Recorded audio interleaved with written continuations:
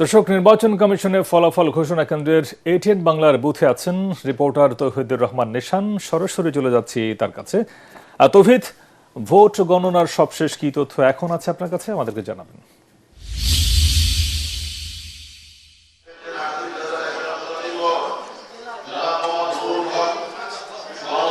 দোহা step footwear present. ভোটের খবরে দুপুর থেকে আমরা সংযুক্ত ছিলাম ভোটের সবশেষ পরিস্থিতি নিয়ে নির্বাচন কমিশন থেকে। এখন পর্যন্ত রাত 10টার সময় নির্বাচন কমিশন ভোটের ফল প্রকাশের আনুষ্ঠানিকতা শুরু করে। এখন রাত 4টা থেকে কিছু বেশি, রাত 4টা পার হয়েছে। এখন পর্যন্ত এই ভোটের ফল প্রকাশের আনুষ্ঠানিকতা চলমান রয়েছে। এখন পর্যন্ত আমাদের কাছে আসা তথ্য অনুযায়ী বিএনপির 185টি আসনে বিএনপির 185টি আসনে সংখ্যাগরিষ্ঠতা রয়েছে জয়ের দিক দিয়ে।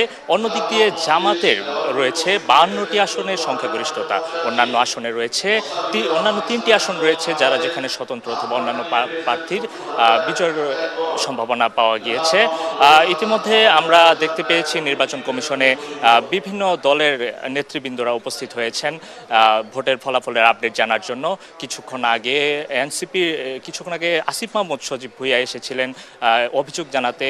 এর আগে আমরা জামাত জোটের পক্ষ থেকেও কয়েকজনকে আসতে দেখেছি সবশেষ পরিস্থিতি জানতে এবং নির্বাচনের বিষয়ে কিছু অভিযোগ জানাতে। সারাদিনব্যাপী ভোটের পর এখন 10টায় যে আনুষ্ঠানিকতা শুরু হয়েছে ভোটের ফল প্রকাশের, সেটি চলমান রয়েছে রাত 4টা পর্যন্ত।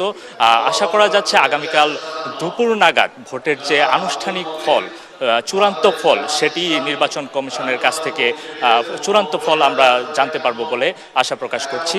তো এই ছিল নির্বাচন কমিশন থেকে আমার কাছে সবশেষ।